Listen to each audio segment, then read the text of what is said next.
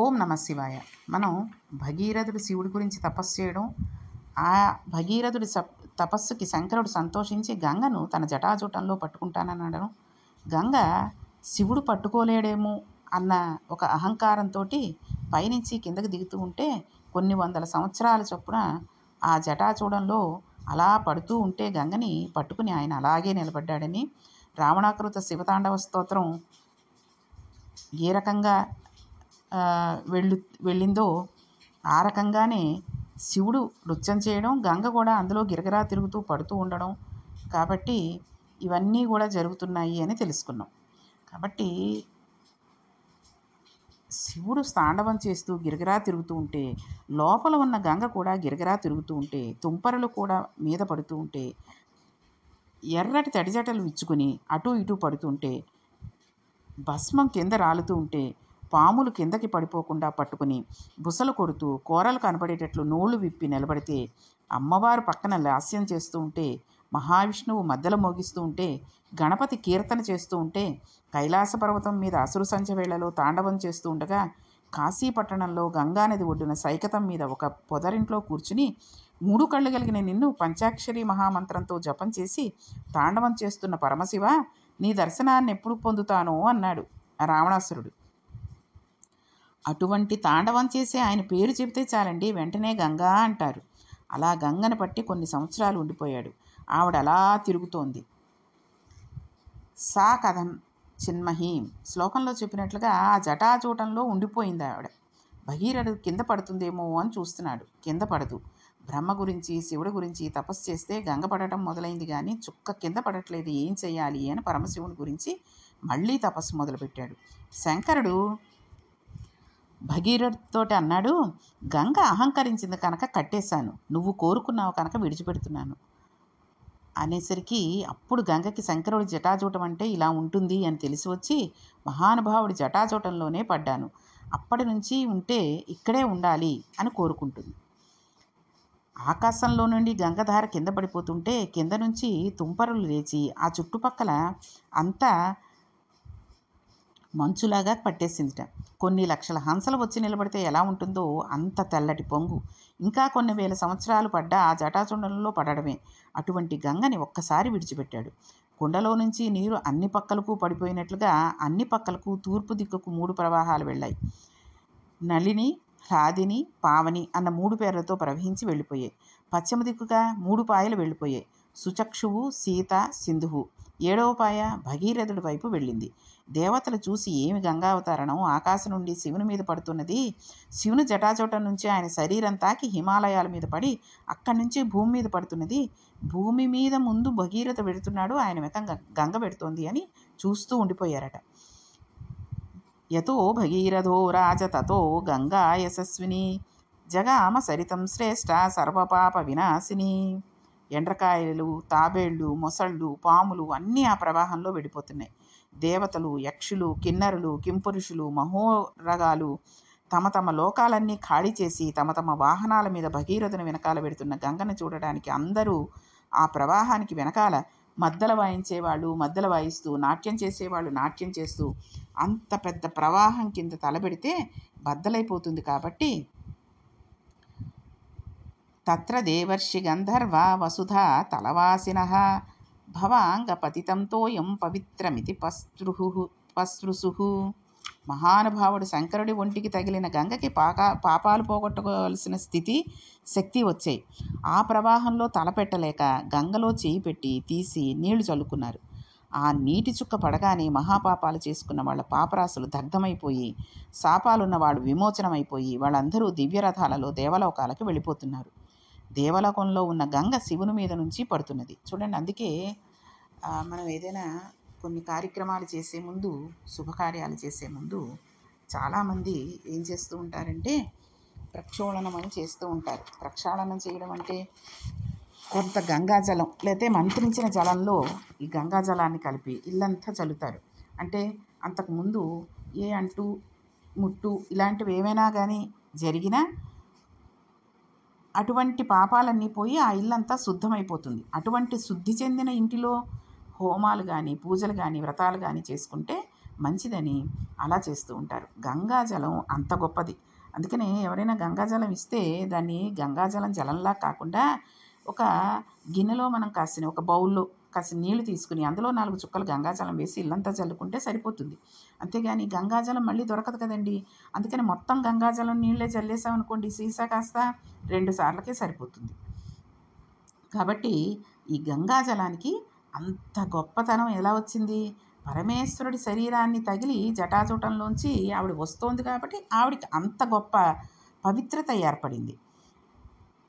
వీళ్ళందరూ దేవతలందరూ వచ్చి గంగలో మునకలు వేస్తూ పాపాలు పోయి పైకి వెళ్ళేవాళ్ళు, స్నానం చేసేవాళ్ళు చేసేసి వెళ్ళిపోతున్నారు.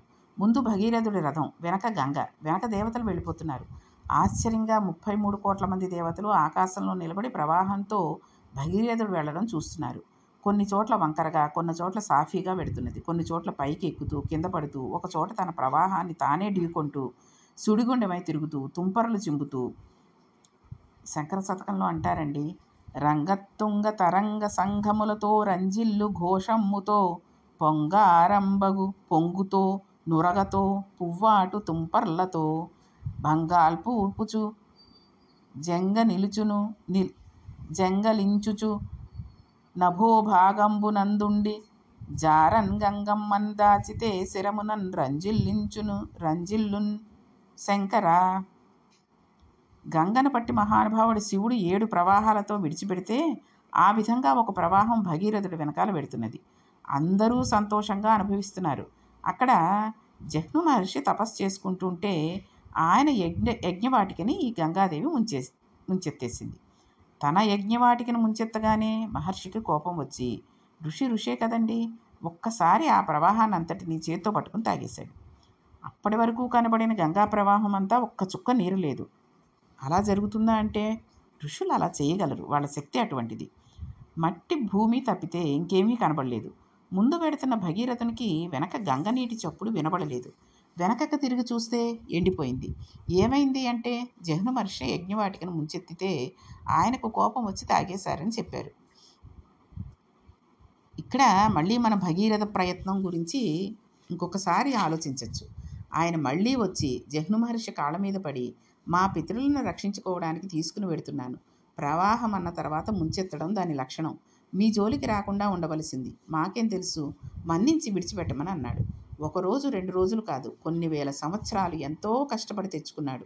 విడిచిపెట్టమని దేవతలందరూ వచ్చి ప్రార్థించారు. తాగేశాను కాబట్టి కుడి చెవిలో నుంచి వదులుతానని ఆయన తన కుడి చెవి నుంచి విడిచిపెట్టాడు. ఆవిడ జహ్ను మహర్షి కుడి చెవిలో నుంచి విడిచిపెట్టబడింది కాబట్టి జాహ్నవి అయింది. అందుకే చూడండి, మనం పూజ అది చేస్తూ ఉంటాం. ముఖ్యంగా మగవాళ్ళు సంధ్యావందనం చేసుకుంటూ ఉంటారు, గాయత్రి మంత్రం చదువుతూ ఉంటారు, ఇంటికి దీపం వెలిగించి ఆయనే నైవేద్యం అది పెట్టాలి. ఆడవాళ్ళు చేసేస్తున్నారు కానీ ఈ రోజుల్లో పూజలు. మా ఆయనకి ఏం తెలియదండి, ఆయనకి పూజ చేయడం అది రాదు, దీపం వెలిగించడం రాదండి అని చెప్పేస్తూ ఉంటారు. అది తప్పు. ఎందుకంటే దీపం వెలిగించడానికి అక్కడ పూజ చేసుకోవడానికి కావలసిన అన్ని ఆ సపర్యలు అన్నీ విధాలుగా అమర్చడం, పువ్వులు అవి అన్నీ అక్కడ పెట్టడం భార్య వంతు. అవి పెట్టిన తర్వాత భర్త స్నానం చేసి వచ్చి చక్కగా అక్కడ దీపం వెలుచుకుని ఆ రోజు పూజా కార్యక్రమాన్ని అష్టోత్తరం అవనండి, సహస్రం అవనండి, ఏదైనా సరే చేసుకోవడం, ఆ గాయత్రి జపం చేసుకోవడం, సంధ్యావందనం చేసుకోవడం, ఇవన్నీ కూడా భర్త చెయ్యాలి. ఇంటిలో పూజ దీపం వెలిగించడం ఇంటి యజమానే చెయ్యాలి, యజమానురాలు కాదు. ఆడవాళ్ళకి పూజలు ఉండవండి, నోములు వ్రతాలు ఉంటాయి. కాబట్టి ఎప్పుడైనా పూజ చేసేటప్పుడు కేవలం ముక్కులోంచి గాలి పీల్చడం, గాలి విదలడం వరకే చెయ్యాలి ఈ మగవాళ్ళు.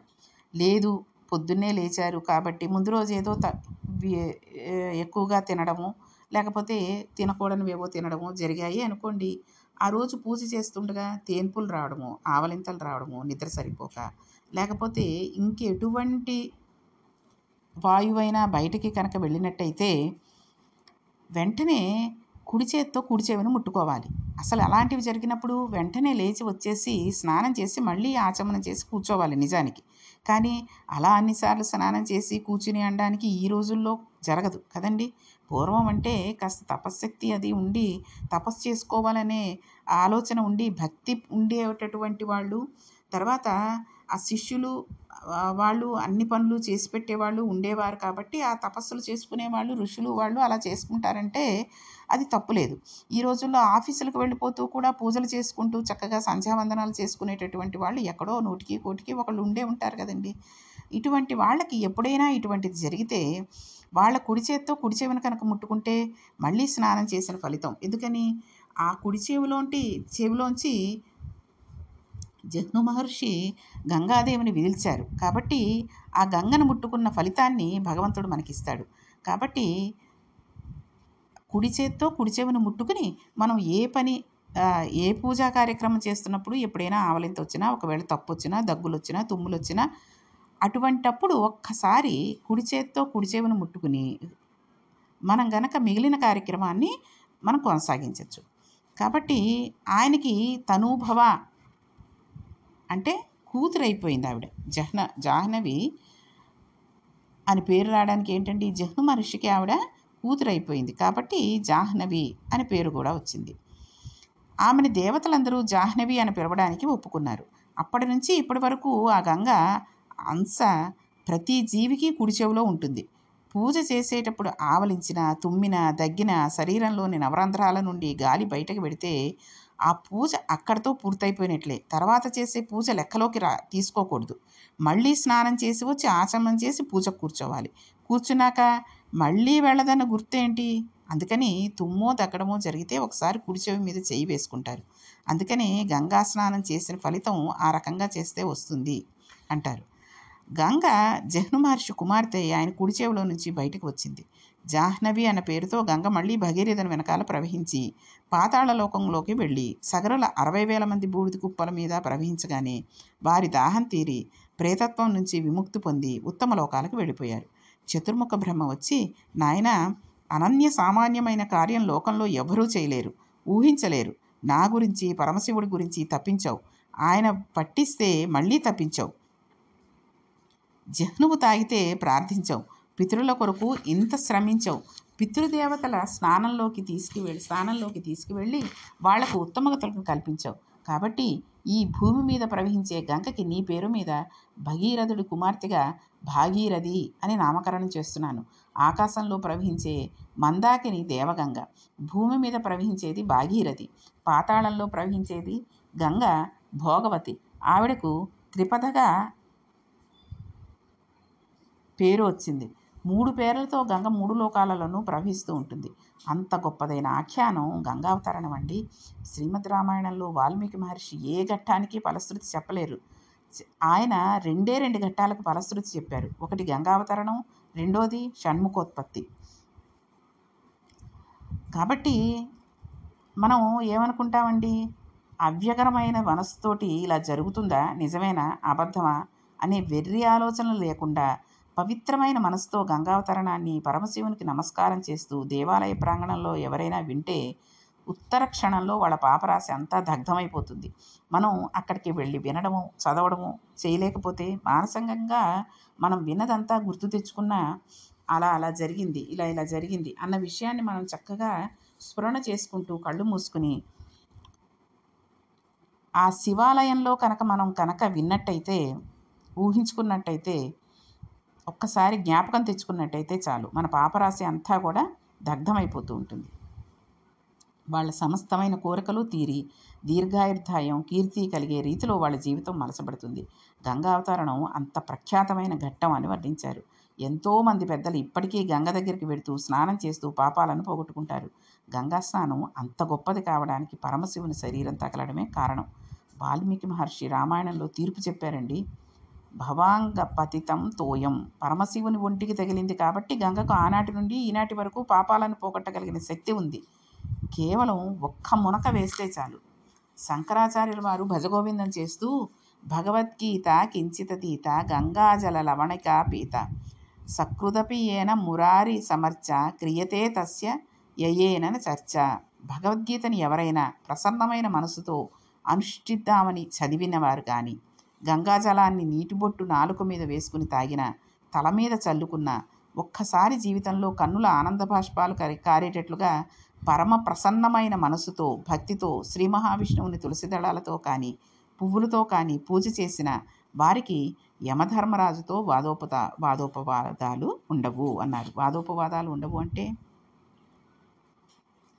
ఆ పోయేవాడికి యముడికి చర్చ లేదంటే ప్రాణోత్క్రమణమయ్యే సమయంలో యమధర్మరాజు దూతలు వచ్చి పాసాలు వేసి లాగేస్తూ ఉంటారు. యమధర్మరాజు రమ్మనమని అంటుంటే రానని జీవుడు అంటుంటే దూతలు కఫం, వాతం, పైత్యం ఏదో అని మూడింటిని శరీరంలోకి ప్రకోపింపజేసి పైత్యం చేత సంధి కలుగుతేటట్టుగాను ఏదో గుర్తుకు వచ్చి ఏమిటేమిటో మాట్లాడుతూ ఉండడం, ఏవేవో అరుస్తూ ఉంటే సంధి ప్రలాపన అంటూ ఉంటారు చూసారా, ఆ రకంగా చేయడం. జీవుడిని కఫవాతాలు నొక్కేస్తూ ఉంటాయి. ప్రాణం ఎటూ వెళ్ళలేక వాటి మధ్యలో ఉండిపోతే పాసం వేసి వాటి ఉగ్గళింపచేసేస్తూ ఉంటాడు యమధర్మరాజు. అటువంటి స్థితిలో మనస్సు నిలబడదు, బుద్ధి పనిచేయదు. ఏదైనా మాట్లాడదామని అనుకున్నా చెప్పగలిగిన ప్రజ్ఞ ఉండదు. ఎప్పుడూ భగవంతుడినే పట్టుకున్న వాళ్ళైతే మనస్సు చాంచల్యాన్ని పొందినప్పుడు కూడా ఈశ్వర సంబంధమైన నామమే వస్తూ ఉంటుంది. అందుకనే ఎక్కువగా పోయే వాళ్ళ దగ్గర చాలామంది భగవంతుడికి సంబంధించిన విషయాలనే ప్రార్థిస్తూ ఉంటారు, చదువుతూ ఉంటారు, అష్టోత్తరాలు చదువుతూ ఉంటారు, లలితా సహస్రాలు చదువుతూ ఉంటారు. ఆ రకంగానైనా వాళ్ళు పోయేటప్పుడు భగవంతుడి నామం ఒక్కసారి ప్రార్థిస్తారేమోనని.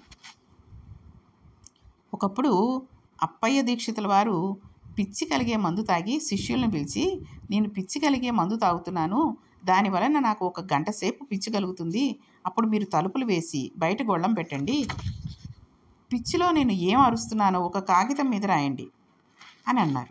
గురువుగారు కదా, ఏమన్నా అనుకుంటారని చూడకండి. నా మనసుకి స్థిమితం లేనప్పుడు, స్వస్థత కోల్పోయినప్పుడు భగవంతుడి గురించి నేను అరవగలిగి మనస్సు భగవంతుడిని అప్పుడు కూడా పట్టుకోగలిగిన కలుగుతుంది అనే నమ్మకంతో ఉన్నాను.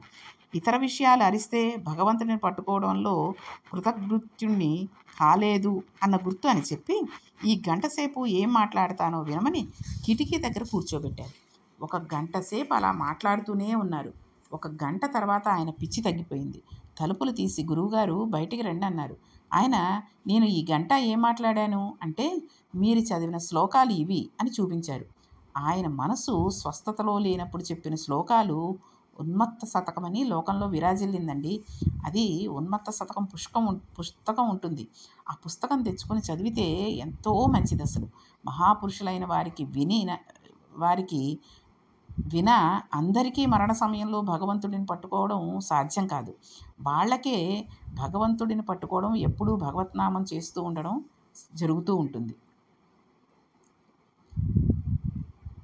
నరసింహ శతకవర్త ప్రార్థిస్తారండి. ఈశ్వర, ఒంట్లో ఓపిక ఉండగానే నీ నామం చెబుతాను, చెవి బొగ్గి విను, గుర్తుపెట్టుకో, పోయేటప్పుడు చెప్పగలనో చెప్పలేను. అందువలన యమధర్మరాజు గారి భటులు రావడం, పాసాలు వేసి రమ్మని అంటే రానని గొడవ పడడం, ఆఖరికి లాగేయడం ఇవేవీ ఉండవు.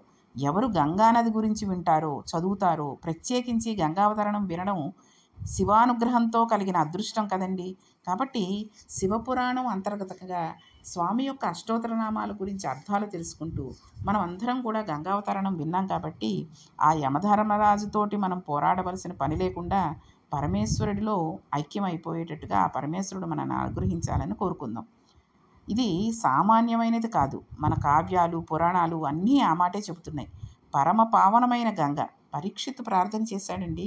అమ్మాయని పిలిచినను నరు పొమ్మాయని ముక్తి కడుకు ఒత్తువట అన్నారు. గంగమ్మ దగ్గరికి వెళ్ళి అమ్మా అంటే చాలు, ఆవిడ వెంటనే లేచి వచ్చి పో అని మోక్షం ఇస్తుంది. లెమ్మా నీ రూపముతో రమ్మా నాకెదురంగా గంగ రమ్య తురంగా.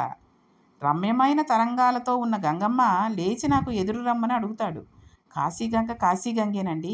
హరిద్వార్లో మిగిలిన చోట్ల గంగే, కానీ కాశీలో అంత పవిత్రత.